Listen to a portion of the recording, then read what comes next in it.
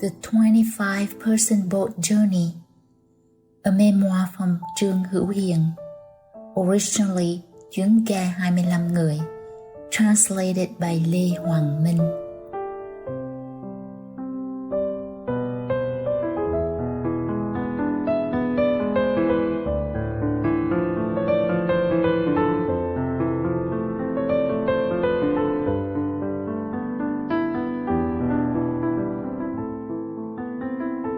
I dedicate this story to my 25 dear friends who escaped with me on a small fishing boat across the ocean 43 years ago.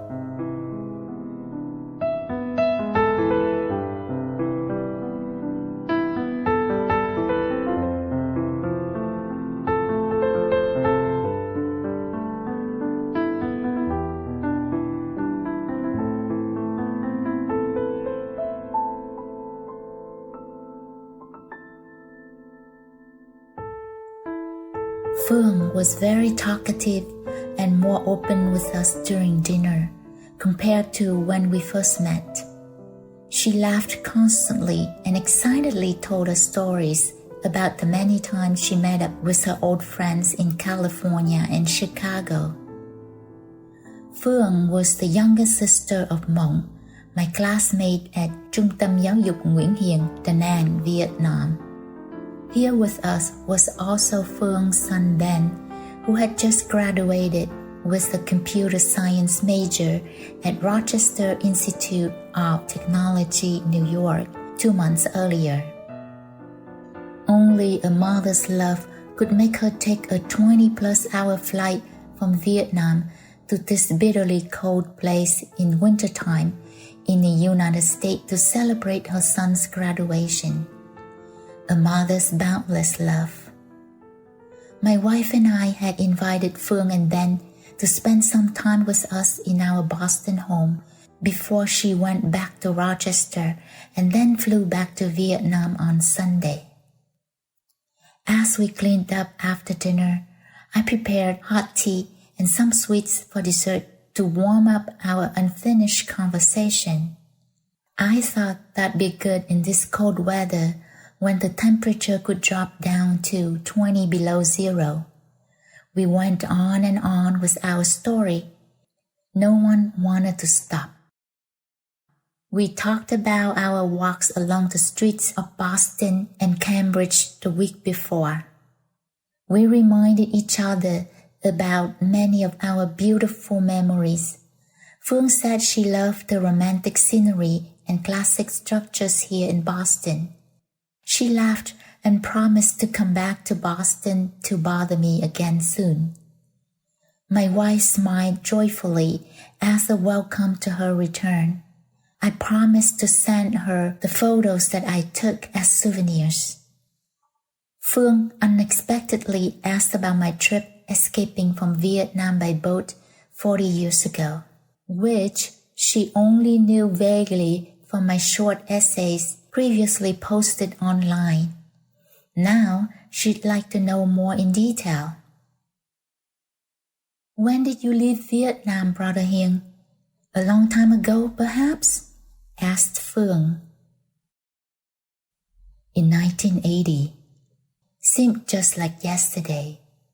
A blink of an eye, and it had already been 43 years. But I still clearly remember every little detail about it. I replied. Such a long time ago. I was too young and didn't know much. My older sisters and Mộng probably know more. The eldest told me you'd need to have a lot of gold to pay for the trip. Where in the world could we find gold? So my entire family had to stay behind, she added. I said, "That's correct. You need to pay tills of gold for the trip." There were some people who could go for free by making connections between potential customers with the boat's owner, or just watch and sneak on board when the boat leaves. A few of my smart friends went through that way. It now seems like a fun trip going abroad, but back then, there were so many dangers awaiting everyone. The survey said that more than 50% of the escapees who crossed the ocean did not make it. Many were captured and sold into slavery. Many were raped and killed by Thai pirates. Many boats broke apart at sea and sank. I just feel so lucky to make it here safely in one piece, my wife Ngọc Châu chimed in. Ben, who had been quiet so far, raised his question. Uncle, back then, when only rich people who had gold could escape, their lives were good. Why didn't they stay in Vietnam instead of leaving and facing many dangers? I thought for a moment and replied, political oppression. The new government's policy created too many burdens and hardships for the people. So almost everyone wanted to leave for a better life. Rich people would have it a bit easier, but they too wanted to leave the country. I find it very difficult to make a young man like Ben understand the chaos, the politics, and the complicated society in Vietnam after April 1975. To fully understand Vietnam's political situation or explain the exodus of Vietnamese at the end of 1975 and during the 80s and the 90s, there must be long conversations between young men like Ben and the elders from my own generation. Research must be done thoroughly, books to be read, and film to be seen. More importantly, the information has to come from documents that have not been mutated or distorted from the truth. How could I answer Ben's question thoroughly and make him understand in just such a short time? How could Ben ever fully understand the many aspects of the stories behind those boat people? As if reading my thoughts, Phương changed the subject. Please tell us about your amazing voyage, Brother Hiền. Why didn't you go to Hong Kong like many of our friends who departed from Da Nang instead of drifting all the way to Japan? I sipped my tea and slowly began telling my story of escaping from Vietnam by boat, an important turning point of my life.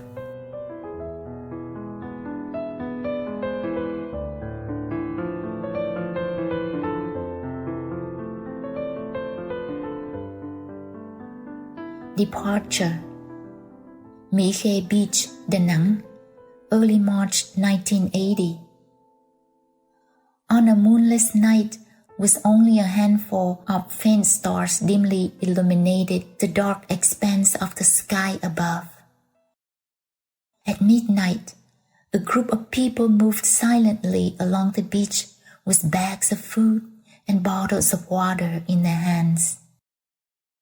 In the dead silence of the night, the footsteps echoed loudly even when they tried hard to minimize them. At the distance, police watchovers and searchlights appeared every few hundred yards. They walked in constant fear, as if waiting for a shot to be fired at them by the border patrols at any time. These were the escapees running from the beach to a small boat that would take them out of Vietnam and hopefully to a communist-free country. The United States was the destination they all aimed for. Fingers crossed. Beneath the soft light of the stars, the shadow of a small fishing boat appeared on the water at a distance. They all helped push the boat out of the bayou, climbed aboard, and started the engine.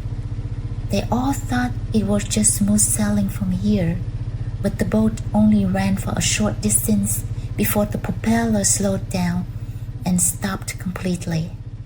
Their hearts stopped beating. "What's going on?" "Who's there? Is it you, Guam?" asked the skipper. A soft voice replied, "Yes, it's me. Please help bring them up." A small coracle boat carrying 3 people pulled up next to us. A young mother was holding her baby, and a man with both of his legs amputated. These people could not gather on the beach like most of us and needed a coracle boat to bring them here. After everyone settled down, the man named Guam said, "Good luck to everyone. Have a safe trip. I'm turning back now." The skipper replied, "You stay and take care of our parents and the kids. I'll write to you when we land." They were siblings, but Guam didn't want to come with us. The boat's engine purred louder and stopped again. The skipper screamed, "Oh shit!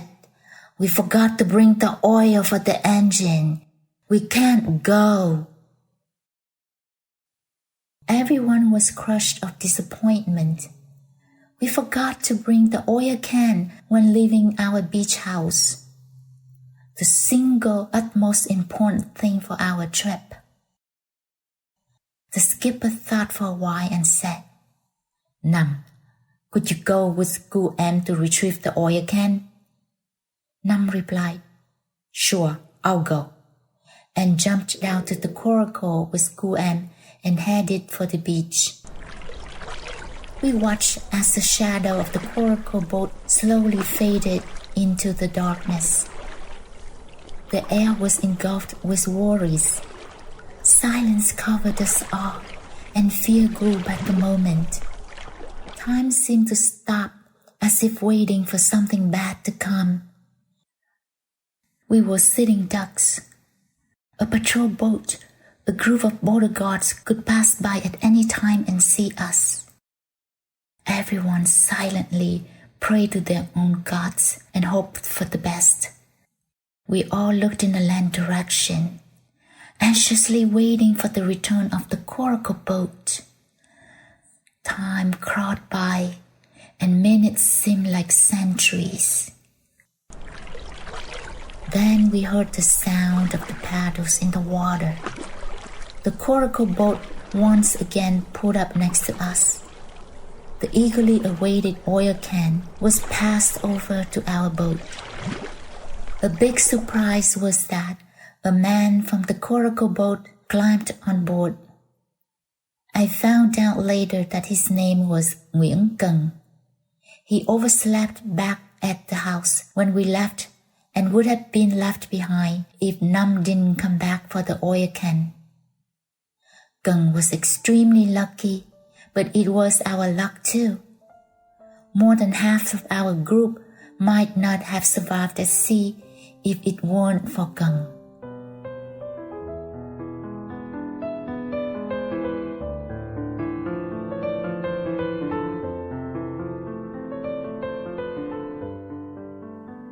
Goodbye. That afternoon, I was still hiding upstairs in my grandma's house at Thông Nhất Street. I was no longer getting too emotional about parting with my family as before. But then, I was much calmer and more relaxed. I was already used to packing my bag to run off just to return home shortly afterwards. My mom told me, "Today is the 23rd lunar day. It's not a good day to go, so it might be difficult to pass through. But just try your luck anyway, son. Who knows?"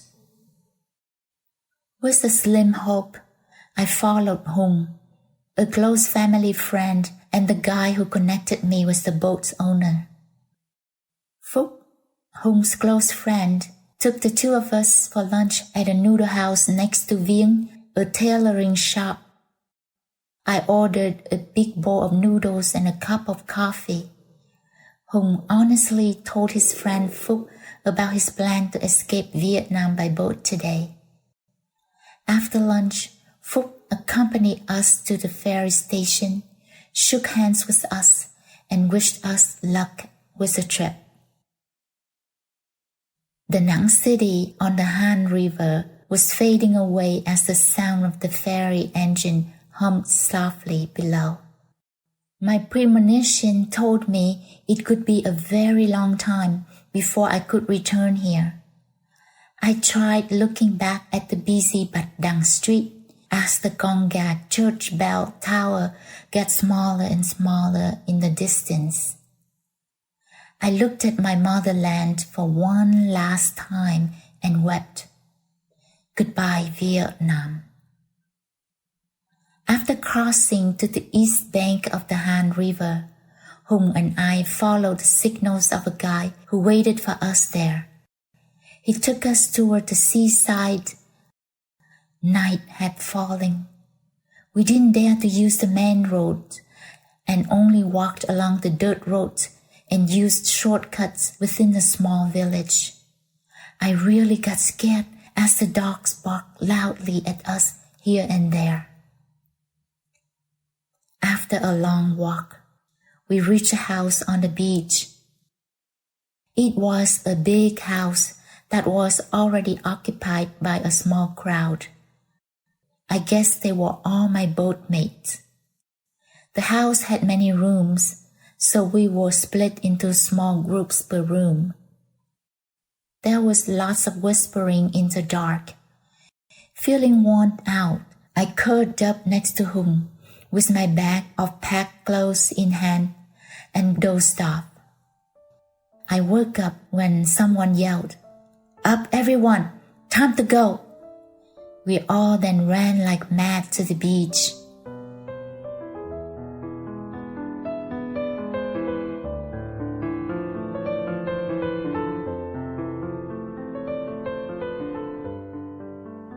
Perilous adventure. Everyone was now ready. Guam said, "Good luck," and paddled his coracle boat back to land as we started our voyage crossing the Pacific Ocean. We rode smoothly until sunrise. As predicted, we had already passed the last Vietnamese border post and were heading to the international borders. Morning broke, and we ran into another coracle with their fishing boat anchored nearby. Our skipper asked them for some fish for our food reserve, since we only brought very little rice. Having more fish in our stock was a definite blessing. We ran northbound based on the direction of our small compass, intending to go to Hong Kong or perhaps stop by Hainan or Taiwan Island for help when needed. Everything seemed to go smoothly, but there were two big problems. Number one, it was an old boat and water flooded in when we ran too fast. We all took turns to bail out. 2-person teams rotated hourly were doing this job. Even then, the salt was already soaking wet. Number 2, the Yanmar F8 engine was also a classic. If we needed to keep up with the current speed, someone had to hold the rocker arm in place, so we dedicated a full-time person for this job. The rocker arm was the part responsible for transmitting the movement of the camshaft towards the intake and exhaust valves of the engine. The sea was calm and there weren't many waves. We had a smooth ride and hoped to see Hong Kong in 2 days. But after 3 days, we saw nothing besides the blue sky above and sea water around us. Damn, we were lost. We did run into a few big fishing boats along the way, but they either didn't see us or just ignored us.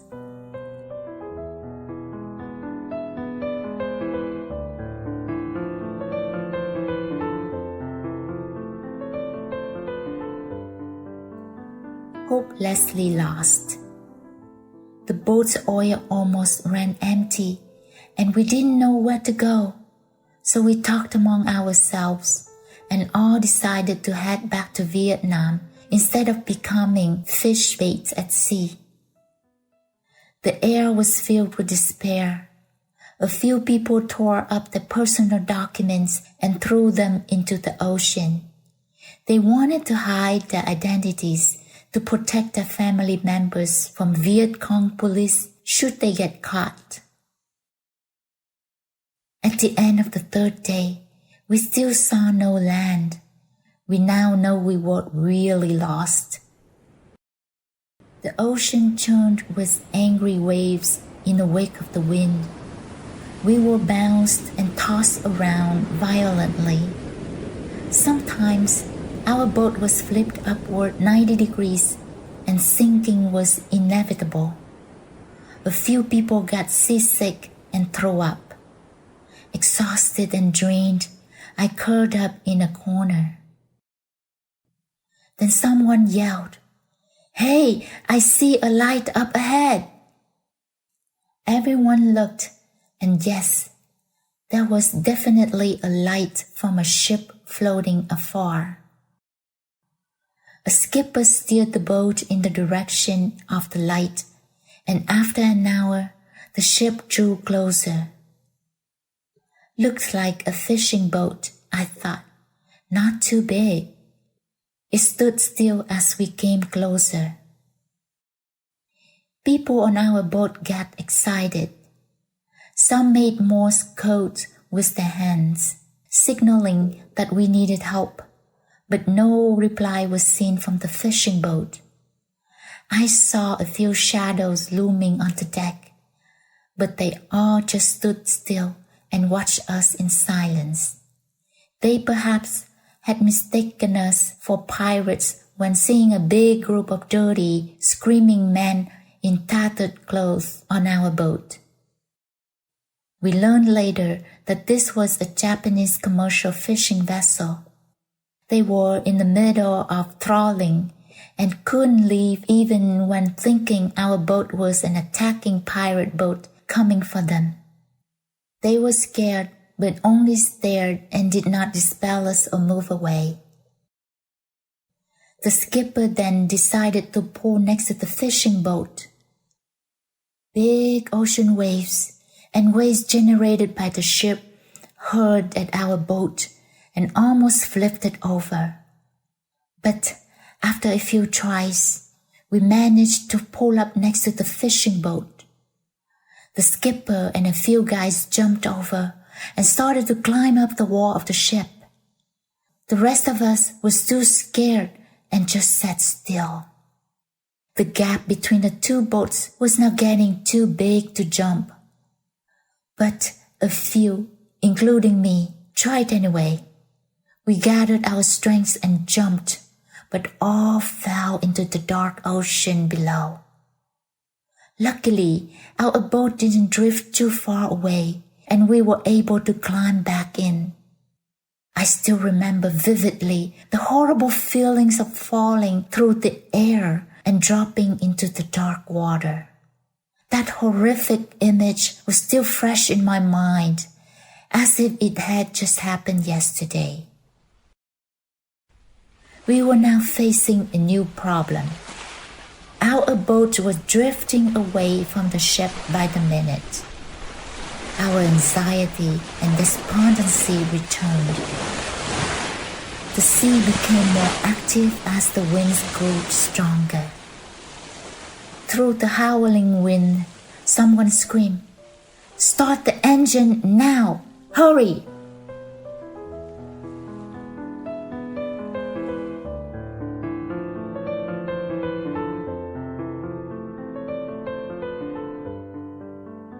last effort. The engine started, then died. I saw a silhouette of someone disassembling the heavily flooded engine and then restarting it again. The purring sound of the running Yanmar F8 engine brought back our hope. I learned later that it was Đinh Văn Cận who fixed it. He was previously a mechanical engineer under the Republic of South Vietnam government. My thanks and appreciation to you, Brother Cận. Hey, the boat engine has started, but who'd pilot it? Someone asked. I will. Let me. A voice answered loudly. It was Cận, the guy who had overslept and was almost left behind. He was also a fisherman and of course could pilot the boat. We again tried to head toward the fishing vessel. It was still bobbing at a short distance. Cận steered the boat to the other side of the ship. This way, the ship will act as a protective wall and keep strong winds and big waves away from our boat, he said confidently. Everyone, please sit down, and no one jumps without my permission, hollered Cận. Cận then told Nam, you go first, then tie a rope to the ship and drop it down to us so everyone can climb up. Nam did as told. Everyone took turns climbing up. The mother and her baby and the amputee were also helped to go up to the fishing boat. Everyone was at last safe and sound on the deck of the ship. Thank goodness.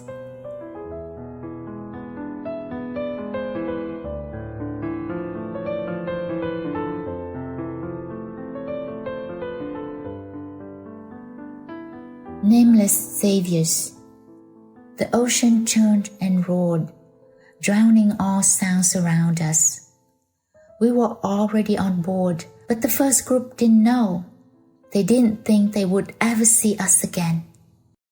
When we met on the deck later, we cried and gave each other passionate hugs. Everyone made it safely. What a blessing. It's very nice to see you again, brother. You guys are still alive? Thank God. We all were just so very lucky. It was truly a great miracle from above, a divine intervention. If we didn't forget the oil can and Nam didn't come back to get it, he would not have found Cận. And without Cận, who would pilot our boat back to the ship? Our small boat would have sunk and all of us on board would have perished at sea that night. We realized afterward that this was a Japanese commercial fishing boat. None of us knew Japanese, and the Japanese crew knew very little English.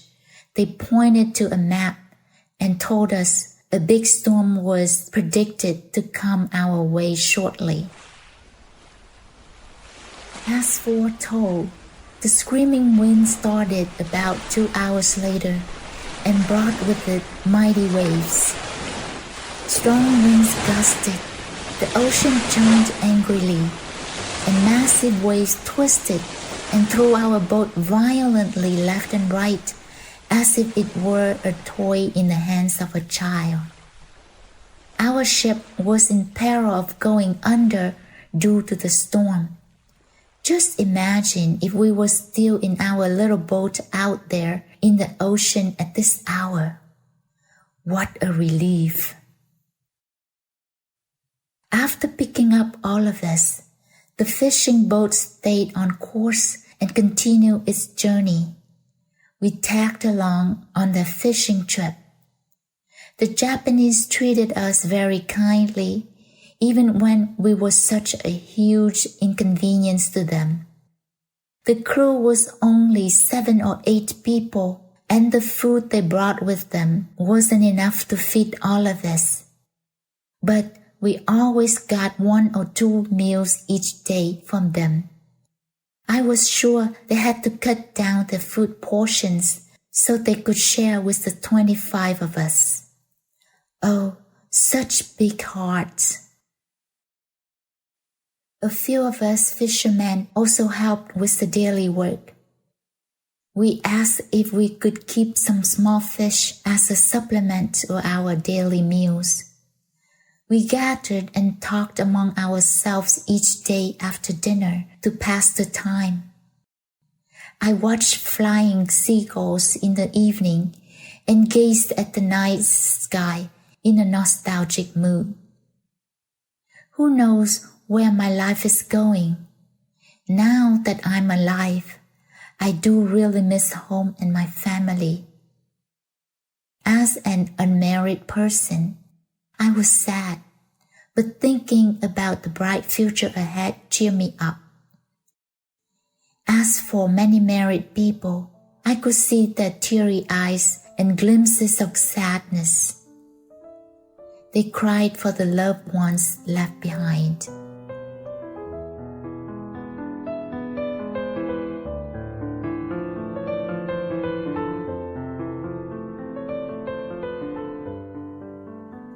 Foreign land.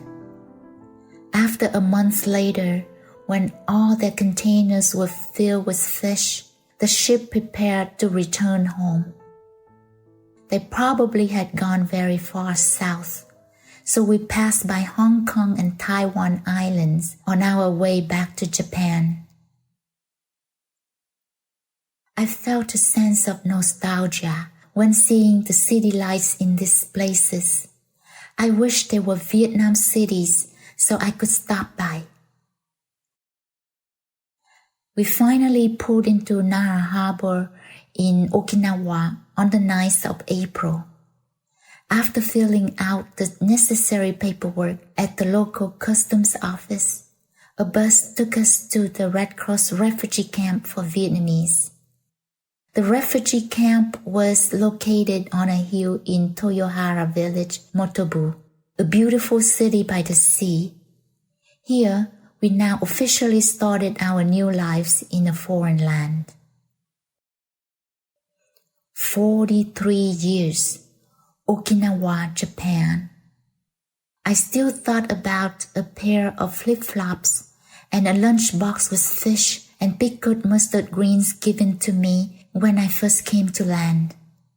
The flip-flops replaced the 5-year-old sandals I wore and left behind on Miike Beach when I was running to the boat.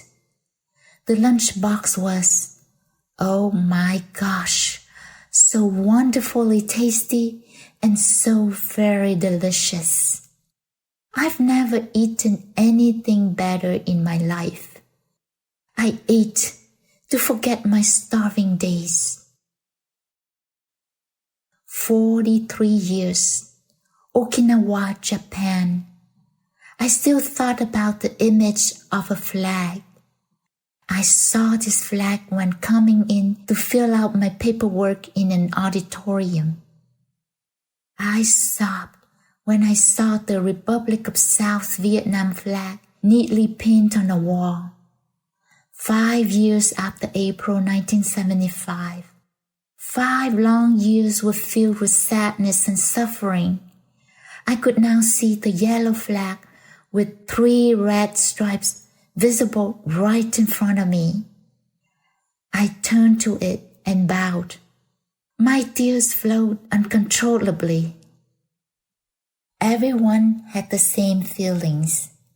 Our deep love for the flag was natural and authentic. The flag stood for the most beautiful and happiest time of my youth. The flag represented a government that gave us lots of joys and happiness. I won't debate about the history of this flag or condemn it right or wrong. But my experience told me happiness has evaporated when we lost it.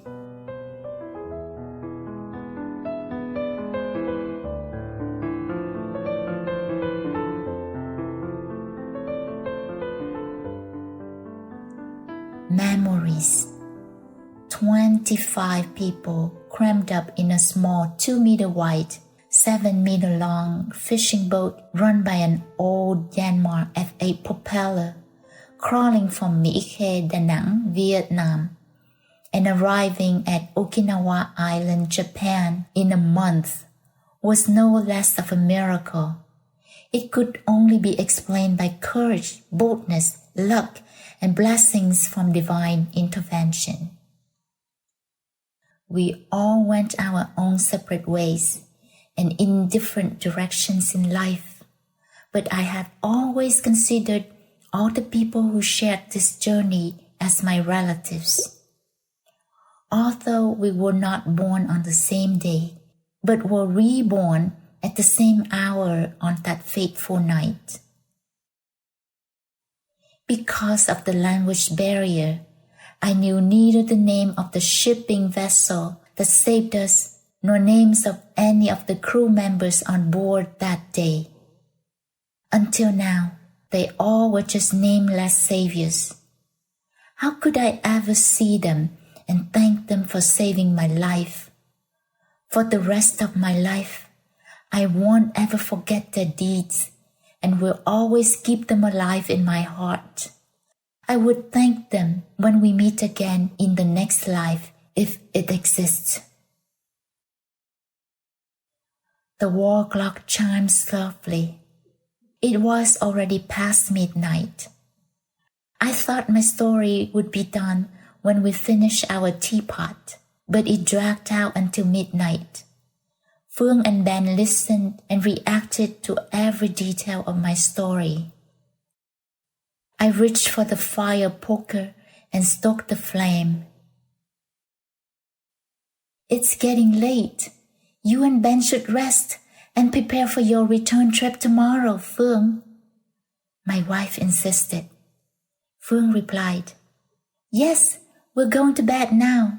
We listened to Brother Hiền and totally forgot the time. Thanks again for a delicious dinner and a wonderful evening. We will never forget. Good night and sleep well. I stayed behind as my wife, Phương, and her son went up to their bedroom. As I watched the orange flame flickering in the fireplace, I saw in there a small boat lying on Mỹ Khê beach. I heard running footsteps in the middle of the night. I saw my boat bobbing in the middle of the dark ocean. I saw my struggle with the mountain-high ocean waves over our heads on a dark, stormy night. I heard the roar of the angry sea. I saw the piercing bright light from the Japanese fishing boat. I saw people jumping onto the boat. I saw my fall into the ocean, and in that very moment, I thought about my parents, my siblings, and my childhood house on Ông Ít Kim Street in Da Nang. Perhaps, at our moment close to death, the images we see are our most memorable experiences. Our whole life would be summed up in just one brief moment. I feel a great pain in me every time I recall my escape trip from Vietnam. The pain of forever leaving behind the most beautiful time of my life. If only I could go back to my youth. I wish I could turn into a kid who screams and cries when upset, then just lays down and sleeps and forgets everything after waking up. The flame in the fireplace is slowly dying as the firewood is smoldering. The flame no longer flares up to illuminate my shadow. Written for the 43rd anniversary after I left Vietnam. Trương Hữu Hiền.